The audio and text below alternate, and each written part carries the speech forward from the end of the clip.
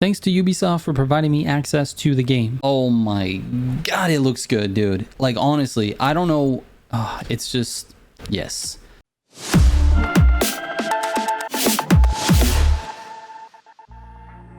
What is up, guys? Welcome back to another daily build video. This time, we're bringing you a little bit of an early look at the AEZUS. This is the, well, I mean, mine has a cracked windshield because I've been driving it, but this is the brand new IVT hypercar, dude. It's completely new. It looks insane. Now this one is fully customized out. I'll show you all the customization options towards the end of this video, but this one, oh, it just, and the shark fins, the dual fins, it looks like an airplane. It's got the dual exhaust, the crazy, like, very open splitter on the bottom. It just looks nice. The big giant wheels, the tiny tires, everything about this car is just, it's beautiful. Anyways, the car is good looking, but does it drive nicely? Well, I'll be honest, it's actually pretty decent.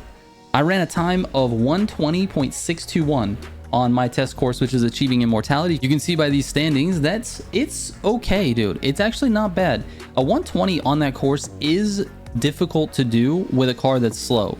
So you look at all the cars that are in the 120 range, and you're talking, you know, the top, you know, 10 to 20 cars in the class. It's definitely not like the best car. It's definitely not going to replace a car in the meta list, but it actually feels okay to drive, and the stats actually look pretty good. So top speed 280, that's standard for hypercars when they're fully maxed out. 2.3 accelerations, decent. It's not like the best in class, but decent. 16.4 braking is very, very good.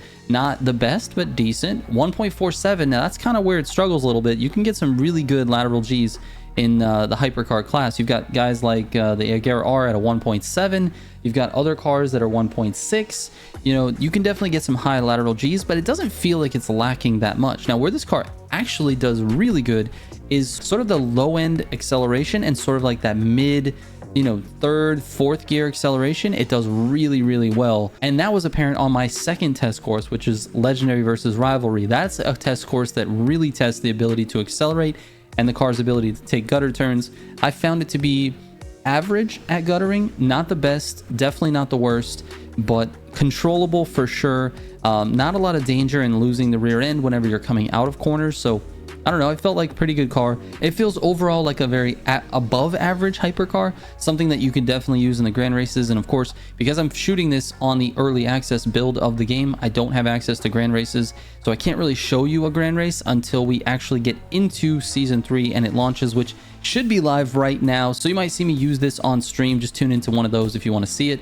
But I will show you my fastest time on achieving immortality so you can see what the car is capable of. And I'm going to put up on the screen actually a side-by-side comparison with the Agera R, so you can kind of see how this car matches up with the best car in the class. So before we get into that, here are the pro settings. So we got 38% power distribution. Move down into brake balance, I've got it at 50. And for the suspension, we're at plus 10 in the front, plus 5 in the rear.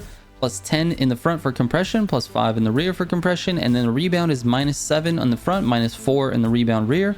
Anti-roll bars are at plus 5 on the front and plus 10 in the rear, and then camber is minus 0.25 on both. All right, enjoyed this side-by-side comparison with the IVT AEZUS and the Koenigsegg Agera R. I will show you the full customization of this AEZUS after this. There is a timestamp in the description if you want to go straight to that. All right, thank you so much for watching. I'll catch you on the next one. Trigger out.